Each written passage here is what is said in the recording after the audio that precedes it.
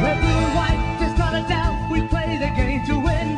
A team that knows commitment, that's the way it's always been. We rise up to the challenge, we give the game our all. With sheer determination, we go in for the ball. With the crowd thunders, go Cats, we break the banner down. We know they'll play with courage till the final siren sounds. Hi everybody, welcome to episode 2 of the Cats Cast.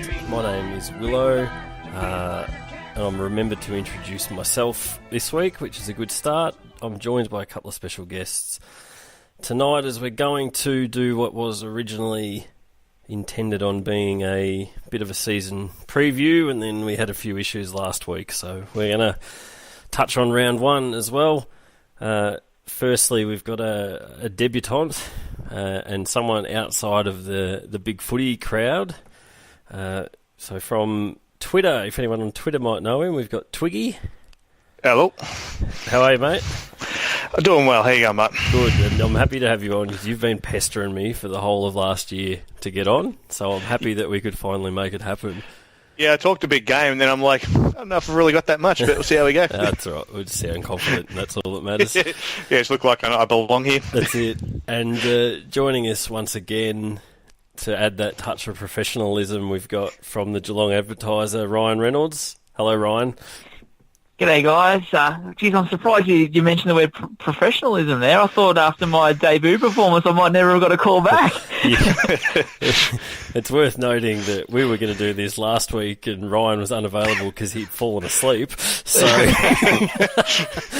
just to mention the word professionalism. Well, it's a sign of my age. I had thought that he may have had a large night at the Cats season launch, but he assures us that wasn't the case. But, that's off the record. So, thanks for both being a part of it, boys. And it's probably going to be a bit of a jovial show, I'd suggest, because round 1 finishing, this time yesterday we were all watching the Cats put on a performance which probably surprised us. It surprised me, just the level that we sort of played at. Obviously, we ran out 42-point winners, 18 715 to 10 13 73 over Freo. Probably the hardest road trip in footy, going to Perth and winning. By all means, the Dockers may just be rubbish as well, but I thought there were some really positive signs. I'll start with you. Twig, what were your thoughts? Pleasantly surprised, I think, was the overriding thing with that one. I was a bit concerned before we went into the game just because we played rubbish in the pre-season this year. And, you always say, it's only pre-season, you don't take too much into that, but it was pretty bad. There's a few areas that I had 3 big areas, I think, going into the game that were my issues, and that was the whole chipping around the back half that we loved to do last year. So I have, just like speed of ball movement and then getting into the forward 50, and I thought all 3 areas were actually pretty good last night. Yep. Ryan, what were your first thoughts on it? I reckon we'll look back on this and think it was a pretty handy 4 points to pick up. I reckon the Dockers aren't as bad as what people will expect, and certainly not as bad as they played on Sunday. I think they've still got a lot of improvement left in them just with their forward line, and they've got a few new names in that team that really look like they haven't settled in. So I reckon maybe in 10 rounds' time it might be a little bit too late for them to really make a surge towards finals, but they'll definitely improve a lot in the second half of the year. So maybe to get them early and get that win on the road will do the Cats a lot of confidence. But, they just turned around their pre-season form, didn't they? I mean, that was a true 4-quarter performance. They hunted Freo. Their defensive pressure was great. And I thought the most impressive thing was that the Cats lost the inside 50s. I think they had 11 less, maybe. That's just off the top of my head. But kicked a winning score, and when Freo chopped it up, they just really hurt them. So lots to love about what the Cats show on Sunday. I think we looked a lot more dangerous going forward than we have the last 12 months. I don't know what you guys think of the Harry Taylor situation. I thought he actually probably played one of his worst games he's ever played for Geelong in terms of he fumbled it nearly every time he went near it. He was dropping marks. He looked a bit slow and just didn't look right. But what it seemed to also do was to give Toma the freedom, and Hawke's looking in pretty fair nick at the moment, and he seemed to be working up the ground a lot more than we've seen in the last few years. And from that side of it, I think it worked really well because Hawke had a cracking game, and the last few times we've played Freo, he seems to struggle with Zach Dawson for some reason because he just stands there and tries to wrestle. And last night I got out don't understand how he has trouble with him because he's just like he's a mop, and he seems to get towed up by him every single time. I just don't get it. I think it's just because he tries to just engage the wrestle, and that plays into Dawson doesn't have much, so if he can sort of lock him up, it plays into his hands a bit. So I don't know what your thoughts are on it, guys, but I thought that the forward line functioned better than it has of late. Yeah, there was a lot more unpredictability, I think, last night because we had, 3 blokes kick 3 goals? Hawke, Motlop and McCarthy. Menzel had 2 as well. And as you said, Hawke was able to get up the ground a lot more, which I think having Taylor down back means someone has to stay with him. I think I don't mind it at the moment against some of these teams who are probably struggling. He just looks like a bloke who's just got zero confidence in what he's doing down there. He looks like he's sort of trying to think 3 steps ahead of, what am I going to have to do with the ball when it comes down here, and not just backing himself just to take a mark. Like we know, he's got one of the best pair of hands in the game.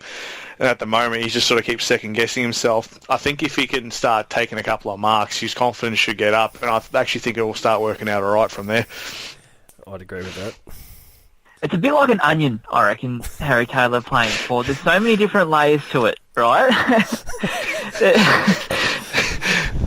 There's obviously, Harry statistically probably didn't have the greatest of games on Sunday. But what he does do is he takes a big body, and you can't allow him to have too much room because the way he jumps for the ball and his ability to mark above his head is second to none. So teams have actually got to dedicate someone to try and contain him, which is the first part of it, right? Yep. The second part of it is that it's all, I reckon, it's a lot to do with the way Geelong structures up and how tall the Cats are generally around the ground. And I think at times last year the Cats were too tall in defence with Henderson, Kolajasny, Taylor, Lonigan, and even to an extent Mackie. There's some pretty big guys down there. So having Taylor being able to switch around sort of can allow you to have a few more players with some speed off half back.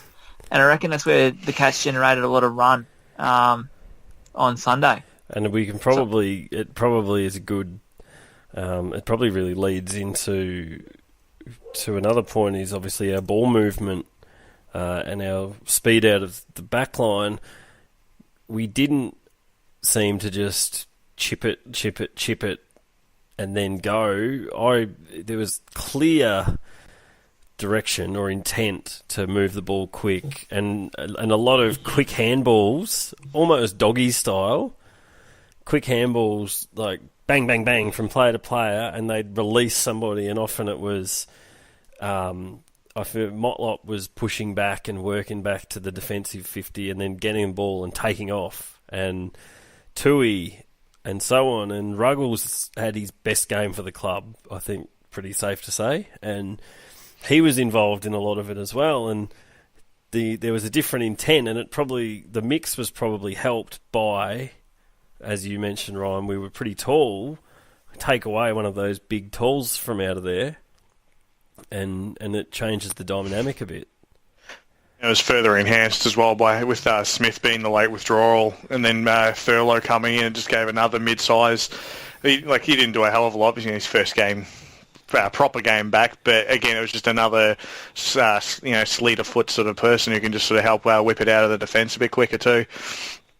Yep. I've been a bit of a ranter on Twitter, I think, about the way I like to see Geelong's ruck set up, and I think the coaching staff finally got it right on Sunday. I can't see the Cats playing Blitz, Smith and Stanley in the one team. I just reckon it's just too tall and there's not enough mobility there. I think Blitz you sort of lock away as that second ruck who can, rotate through the ground. But I think they've just got to play one of Smith and Stanley this year. I just think they lose too much when you're running both of them through the team. But I guess a lot of that might be opposition dependent as well. But I think come finals, I'd rather be seeing Geelong play just one of those two guys. And we immediately looked more balanced when Smith came out. Like, just even the moment the team was named, or the change was named, Smith out, Thurlow in, I think I sent a message to a mate straight away going, we're more balanced. Now it just reads better. It just feels better. And I think that was a common reaction. And I think Blitz's best role is that second ruckman rotating through wherever else role. I think he can get a bit lost if he's not playing in the ruck.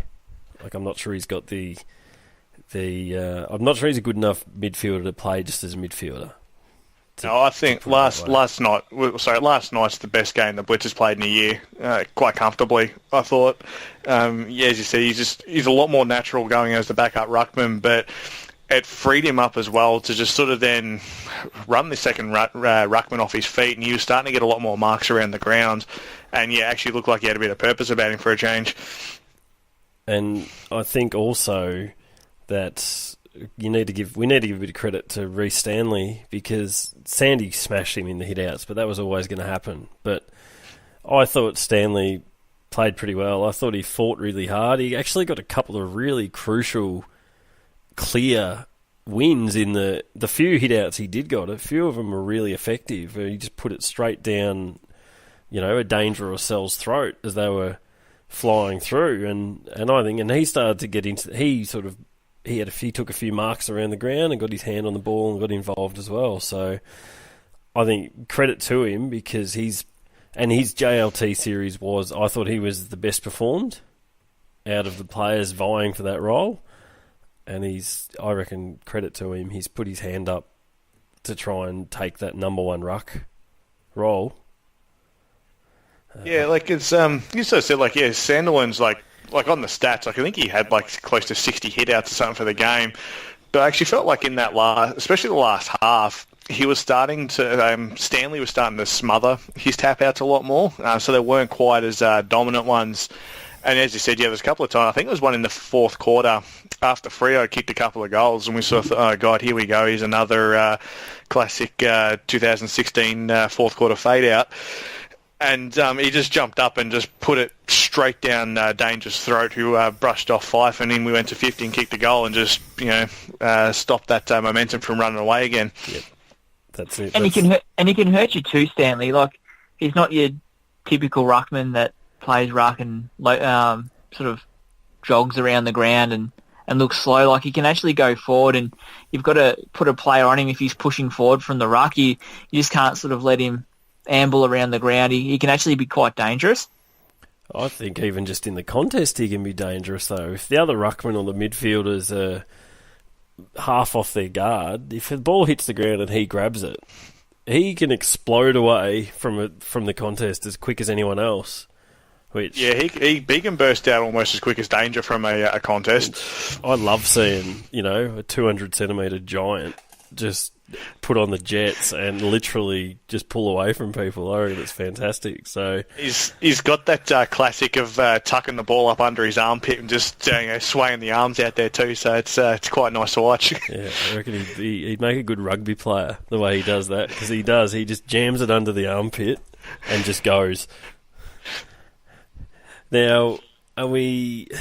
Oh well, and one thing we had some breaking news which we found out just before we started recording, is that Nakia Cockatoo is having surgery on his thumb, which will probably turn out to be today by the time I actually get this uploaded. But this week he's having surgery on his thumb, and he's going to be out for up to a month, which is pretty disappointing, because even though he doesn't get a lot of the ball, his pressure and the impact he's starting to have on the games is sort of improves every week. Who do you guys see as Cocky out for a month? How is that going to change up our team, and who do you see coming in? I'll start with you, Ryan.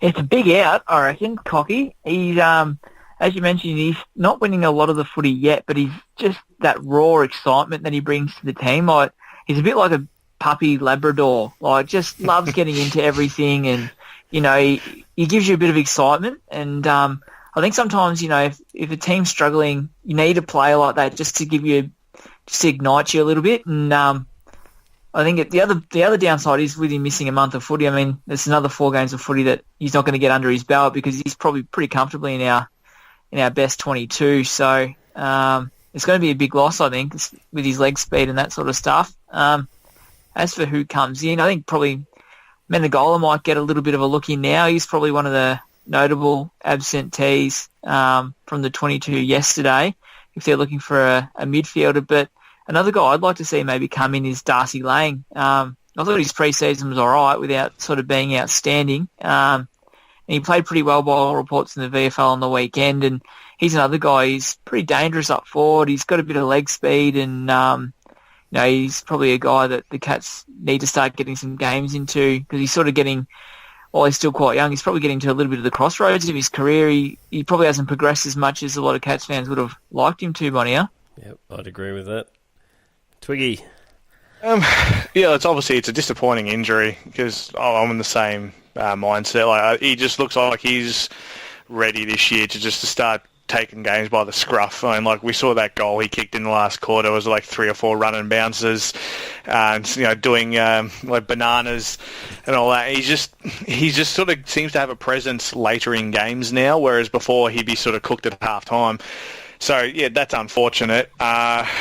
I'm actually thinking a bit more left field with his replacement, and I actually think that Jed Buse might come in for him because Busey's definitely got a bit of toe about him, and they've been playing him up forward all pre-season, and I think the last 2 weeks in the VFL, he's kicked 2 goals. He kicked a couple of goals against Hawthorn the pre-season, so I think he might end up being, just from a pace, like for like, he might end up coming in. That's a really good call because I was thinking Darcy Lang as well. Just was the name that popped into my head, but Buse probably brings more of that intent to tackle and hurt people and aggression and pressure than what Lang would. So depending on obviously the role they see Cocky playing, but if it is defensive pressure in the forward line, Buse is probably really going to be in the mix for that. And it would also back up a claim that I made about 3 years ago that I'm convinced that 1 year Buse is going to kick goal of the year because he's got all these ambitions in his head that he's going to run through about 7 blokes and break off some tackles and kick a check side goal, and this is going to help him do that. Try and emulate his old man's goal. Yeah. Which he almost did in the twos, didn't he? Or he almost did. He came pretty close to doing it last year at some point, from memory. Yeah, he's had a couple of cracks at it, and he'll get through the first 2 blokes and then go, all right, I'll take these 2 on as well, and then you go, no, mate, come on, you need to get rid of it now. Yeah. Speaking of defenders who want to kick a goal, next time you guys are watching a Cats game, have a look at Tom Ruggles. The bloke is desperate for a goal. I've never seen anything like it in my life. He is just gagging for it, honestly. The moment you said, speaking of defenders that want to kick a goal, I knew what you were going to say. Then he's gagging for it. Yeah, and has he got his first as an AFL footballer yet? I don't think so. I think he's kicked a few points. Yeah, he reminds me of Shannon Burns. Like, you know when Shannon Burns kicked his first goal and high-fived the water boy? I reckon Tom Ruggles might do a lap of honour. Jeez, imagine if it's at Cardinia Park, one of the night games. That would be a cheer about as big as... remember when Mark Blake finally kicked the goal? Now, we were going to grade the pre-season, but we sort of had a bit of a chat before we started recording, and all of us agreed that last night was nothing like the pre-season. So we're going to scrap that idea because we're not sure if the pre-season actually taught us anything. So we're just going to gloss over that. It didn't appear to be great, but we had a good win round one. So happy days. So what we're going to do, I'm going to try to introduce a regular segment. So we're going to have a segment called Flyers and Floppers. And what we want is, and this is just for anyone listening who is ever going to be on one of these shows, you're going to get asked to do homework, basically. So, Flyers and Floppers, I'm just after you each to nominate one player that's flying and one that's battling. And we'll start with the bad news first. So who in your eyes at the moment is struggling? Twiggy? We're going off last night or pre-season as well? You can do whatever you like.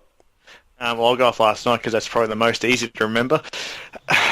There wasn't many, to be honest, last night who didn't have an impact. I'd say probably the one bloke I didn't notice on the field the whole game was Cowan. So I guess he gets it by default. That's harsh. I'm not a Cowan fan, but I thought he was all right last night. But anyone you're giving it to from last night, it's probably pretty harsh. Yeah, it's trying to pick your worst out of a 40-point win's tough. Yeah. Ryan? Yeah, I was just about to say how tough this is. I'm trying to think of... Because it was a pretty good team effort. Normally I'm pretty good at finding someone who lets the club down. But I tell you what, Josh Cowan, as harsh as it probably sounds, he didn't probably have the greatest of games. I didn't really notice him that much.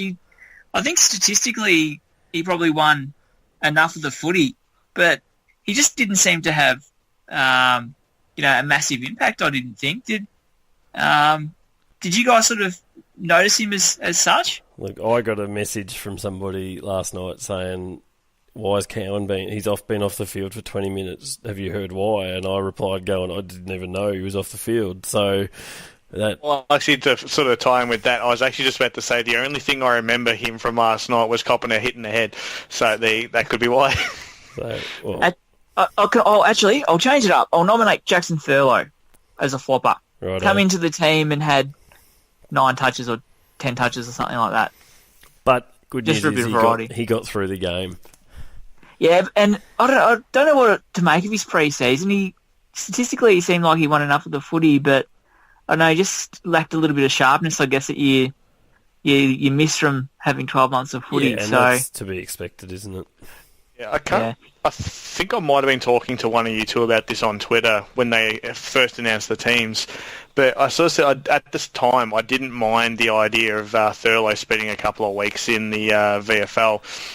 Not because I think he's no good, but just like he hasn't quite got his touch back yet, which it's to be expected when you have that long out. So I sort of thought, a couple of weeks in the twos just to sort of monster a few kids down there, might be good for him. So that sort of carries across to last night, I reckon. And I did say the Flyers or Floppers could have been from last night or from the pre-season. I'm going to have my flopper from the pre-season, and I reckon Zach Smith was a bit of a flop so far. This JLT obviously didn't even play last night, but I was really disappointed in him or his efforts during the practice matches. Apart from one quarter against Hawthorn, where they were playing a kid that hadn't played a game, and they'd taken off their good midfielders, where he literally looked like men against boys. I thought that Stanley pretty comfortably outshone him and as I mentioned earlier, got his hands onto the number one sort of ruckman role. So, but, hopefully Smith goes either, if he's not back in the team straight away, if he is back to the VFL, that he works hard and tries to win the spot back, because at worst case it's really good depth and competition's healthy. So yeah, it's not exactly the worst bloke to have called up as your first emergency ruckman, is he? That's right. It's better than having to bring up Josh Walker or someone to play in the ruck, let's be honest. So yeah. Flyers, Twiggy. I'm actually going to go again off last night. I think he went all right in the pre-season as well, but Lick McCarthy last night for me was just, that's what I've been waiting with him. Yep. Again, he's another bloke. He's spent so much time on the injury list, so you're kind of partly just happy that he's actually out and running around. But the way he attacks blokes, I love it. Anytime he gets near someone, I'm just ready for him to kill him. And it was nice last night. He actually got a bit of reward on the scoreboard for his efforts too. So yeah, he gets my thumbs up. Jeez, he's got some lovely skills too. Like not many blokes. Not many little blokes, it's not many footballers in the current age can. There was a goal he got. That one you said that where Danger, we discussed earlier, where Danger ripped it out of the middle and burst through, and Link just casually, as you like, slotted it on his left from about 45 out. Like that's a serious, that's some serious skill there to be able to execute that. The way and his hands are so solid as well. Like he doesn't really drop many further over his head. No, I'd prefer it if he realised that he's a little man sometimes and stayed down, because he does like to try and fly. And we could probably be served with him down on the ground at times. But if they stick, then it's hard to tell him not to go for it, isn't it? He took a real nice hanger right in front of me last year against the Tigers in that horrible game. And he just sat in that bloke's shoulders just right in front. I'm like, yeah, it's all right. Ryan? I'm going to go Mitch Duncan. Yeah, I reckon he's flying at the moment. Yeah. Best game in a long, long time on Sunday. And the thing with Mitch, though, is that he has these brilliant games and you think he's turned the corner and he can be an A-grader, and he just doesn't progress. So I think the challenge for Mitch now is to sort of get that sort of form rolling on and put it consistently together for a whole year, because he's got all the traits. We just haven't seen it consistently enough. He was our best player last night. Yeah. Oh, by far. Yep. He was absolutely. Our best player. And the good thing about him is that when he gets the ball, he very, very rarely misses a target. And especially if he gets the ball in the forward half, normally good comes of it. So that's a good call. That set shot that he took last night too, from the pocket into the breeze, was just, as soon as he kicked, you're like, yeah, that's going in that. He's just absolute class by foot. And while we're talking about flyers, sorry just to cut in, but can I nominate one? Because I want this on the record, so in 12 months' time I can replay it and be like, I bloody told you also. Flyer, and a guy that may play senior footy this year, but definitely look for him next year, Quinton Narkle. Oh, yes. The kid is an animal. Yep. Absolute animal. Watch him. He's amazing. And he might be the best of all the Cats draftees from last year's draft, I think. He's quick, he uses it well, he's tough, he can ride a tackle, and he's got a desire to win the footy. So, yeah, love what I'm seeing from Quinton at the moment. You've obviously been and watched the VFL practice matches. yeah, absolutely. But even like in training, like a lot of the time through the summer, the Cats did a lot of match simulation stuff. And for a guy who's in his first pre-season, he just seemed to belong. It's like sometimes there's a timidness with guys in their first year, but there was none of that from Quinton. He was demanding the footy and wasn't scared to sort of get his hands dirty against some guys that obviously have got a bit of stature in the game. So he's just shows all the traits at the moment. Well, and you've got a good record with this, because you called Bundy very early as well, didn't you? Very early, didn't you? Yeah, I did. Yeah, absolutely. You'd called him before he'd played a game.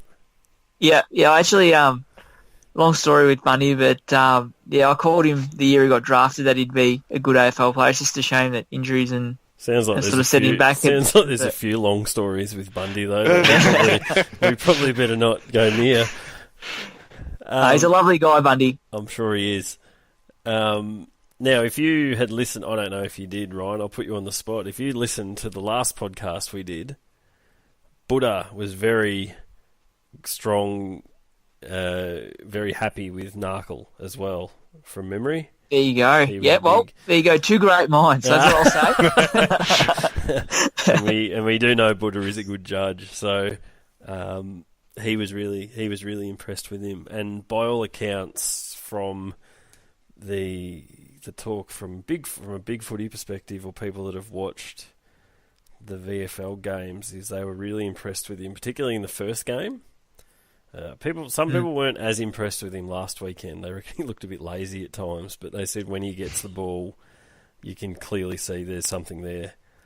They said the second game they weren't as impressed, but still one to watch. And shaping as a good draft early on. I know it's a couple of rounds into the season, but there's some guys there that are showing a lot of good talent. I mean, Parfitt's already in the senior team. Narkle's showing signs. Stewart's in the senior team. Zach Guthrie, you'd imagine might play some senior footy this year. Yeah, and Jack Henry has already had a taste. And another one, Buddha, is absolutely nuts for Simpson. And by all accounts, he worked into the game really well. Last Friday night, wasn't it? I think their practice match. They said he was quite impressive. Yeah, I think he had about 21, something like that. And built into the game. Like started out slow, but they said he's really clean and a beautiful kick of the ball too. So this is what we're after. We want the drafts to be some good kids coming through. When you don't have any first-round picks, you need to nail the late ones. Well, and especially when you self-inflicted don't have any first-round picks. You put the pressure on yourself then, so you do have to nail it. My flyer, it's... Yeah, I haven't really put much thought into this. I'm going to do a flyer based off one game. My flyer from yesterday, anyway, Andrew Mackie. So I was seriously starting to question his long-term, or even how long in this year he'd last in the side. I thought his kicking had started to drop off the last half of last year, and he's such a weapon when he gets the ball, because he sort of does look laconic, it looks pretty laconic and cruises round, but when last year there was one game at Geelong and he kicked it out of bounds on the full about 3 times, and I thought his kicking's starting to go, and I was really starting to worry. But he was fantastic yesterday on Walters, and I was. And Walters isn't exactly a mug either. No, let's be honest, Walters is a gun. So he was really good, and I was really happy to see, because I was starting to question it, and I've always been a Mac fan. I've never been anti him, so I was good. I was happy to see him perform like that. So that was really good. Yeah, I was in the same boat. Like when he got that 2-year extension, was it like 2 seasons ago? I was just like, I don't know about that. And then last year, because he was also starting to shirk a few contests last year. Yeah. You just saw if there was a teammate there, he'd let them go in. He's like, just get in there. But no, last night I'll eat my hat. He definitely played very well. Now vintage Mackie. Yeah, it was right down to him mouthing off every chance he got. So. He wound back the clock, and he has. That is one thing I would say. Some of his best games over the last couple of years have been when he's been playing on top quality smalls. Like he's had some really good games on Bruce and done the job on Bruce, and he seems to respond well to the challenge. Now I'll just get a loose, quick prediction for what you guys are expecting from the year. Basically, Twiggy, you can go. I actually did homework on this one last week, but have you still got it? Yep. I went through the fixture, and I've got us going 16-6. So yep. I don't know where that puts us on the ladder. Last year, I think it would have put us equal 2nd through 6th, I think. But I've got us dropping both games against the Giants, although after last night, maybe not. I've got us splitting a game with the Hawks and the Pies, because we just seem to lose games to both those teams. I think the Eagles over in Subiaco we might struggle with, and the game against Sydney could be a tough one as well, again, for us.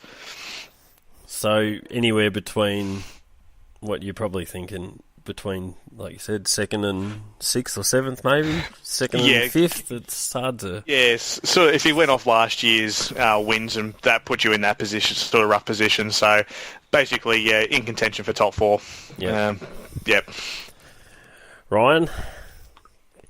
I'm going to go out and say comfortably top 4. Yep. I honestly don't understand, or I kind of do, but where all the criticism has come for Geelong, and people expecting Geelong to slip down the ladder. I mean, last year they were made to pay for a half of rubbish footy in their biggest game of the year, but their record against the top 8 sides were exceptional. They comfortably handled the Bulldogs, which people are sort of talking about as being a contender again this year. They've added extra run with Tui, and by all accounts, the Cats didn't really lose a lot of end right aside. I think they're just as good as they are last year, and I reckon that's more than good enough to be playing top 4 and pushing towards the grand final. I don't buy into the fact that Geelong will drop off at all, so I think anything less than top 4 will be a massive underachievement this year. I'll get to one point that's probably a reason why people think it, because we're going to answer a question we've had sent in. Personally, I'm thinking 4 to 6 is probably, that's sort of what I was expecting, but I'm not sure if last night, if we bring the ball movement and the pressure week in, week out, then you could easily see us being top 4. But it's hard to say because it's round 1. How much do you read into it? We don't know if Freo are rubbish. We don't know if we're very good. It's always hard to, because you're expecting all these other teams to step up, but then who would have expected what happened to Sydney to happen to them? No one would have expected the Giants to get belted the way they did. Everyone's talking up St Kilda as a big improver, and they really got belted after quarter time in their game. So that's sort of where I see us. Is probably, I'll be happy if I'm wrong and we finish higher, but that was going into the season. Before last night, that's what I was thinking. Now I'm not overly sure where we sit. So much easier call to make in about 4 weeks. Exactly. When you've got a sample size, then you can sort of go, okay, pre-season form's actually where we're at, or no, round 1's where we're at. Yeah, exactly. So now we mentioned I'd put out the call for people to send in questions and to have us, so-called experts, yobbos, try to answer them or see if we can actually give a coherent answer to a question. So we had a question sent in by a Twitter user, Louis Martino, and the question is the Dangerwood over-reliance a myth? We made a prelim and played one really bad quarter and exploded. Is it explanatory hindsight? And I think that's part of the reason that people are doubting Geelong, Ryan, because of this whole thing about Dangerwood and if we were carried by 2 players and so on. So I'll let you start with this one. Well, I think when you've got the 2 of the best midfielders in the competition, you're always going to rely on them somewhat. But I also see it in the fact that it's all about Geelong's middle tier this year, and I think when Geelong's played at their best, the middle tier stood up. Yesterday was the best example of that. I mean, Mitch Duncan had 30 touches, Motlop was there, even Jordan Murdoch won enough for the footy and looked pretty dangerous. So I think going through the stats from Champion Data, last year heading into this year, Geelong has 17 players that are ranked by Champion Data as average, which is the second most of any of the teams that made finals last year. So I guess that gives you a little bit of an insight into the impact that Danger and Selwood had on that team when you got 17 players rated as average by Champion Data, yet the Cats, ultimately were a win away from a grand final. So while a lot of it will, again, largely be on Dangerfield and Selwood's shoulders, if they can get some support, then definitely it's not such a myth, I don't think. Twiggy. Yeah, pretty similar sort of view there for me. Like when you got two of the top 5 midfielders in your team, it's not always such a case of the other players are going to defer to them. They're just that bloody good that they just take over a game on their own. They see the ball and they're going to take it and off they go. But I think the games we dropped last year weren't because Dangerfield and Selwood had bad games. It was usually because we were piss-farting around with the ball in our back 50 and turning it over, or we didn't have a good transition game, or we were bombing it long to a 3-on-1 with Hawkins. But again, with that being said, it definitely go so much further for us winning games when, like last night, you have your Duncans and your Motlops and all that actually, carrying their fair load as well. So, yeah.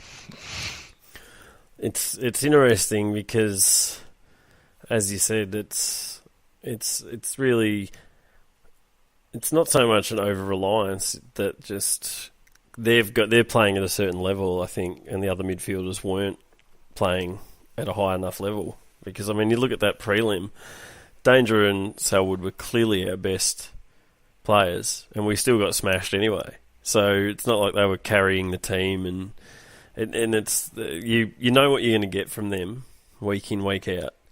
It is that next level that have got to lift their game, and last night it appeared that we didn't have as much of a reliance of them, and a few more of the second rung types were involved. So hopefully that's a sign of things to come going forward, and that they have been working on it over the summer.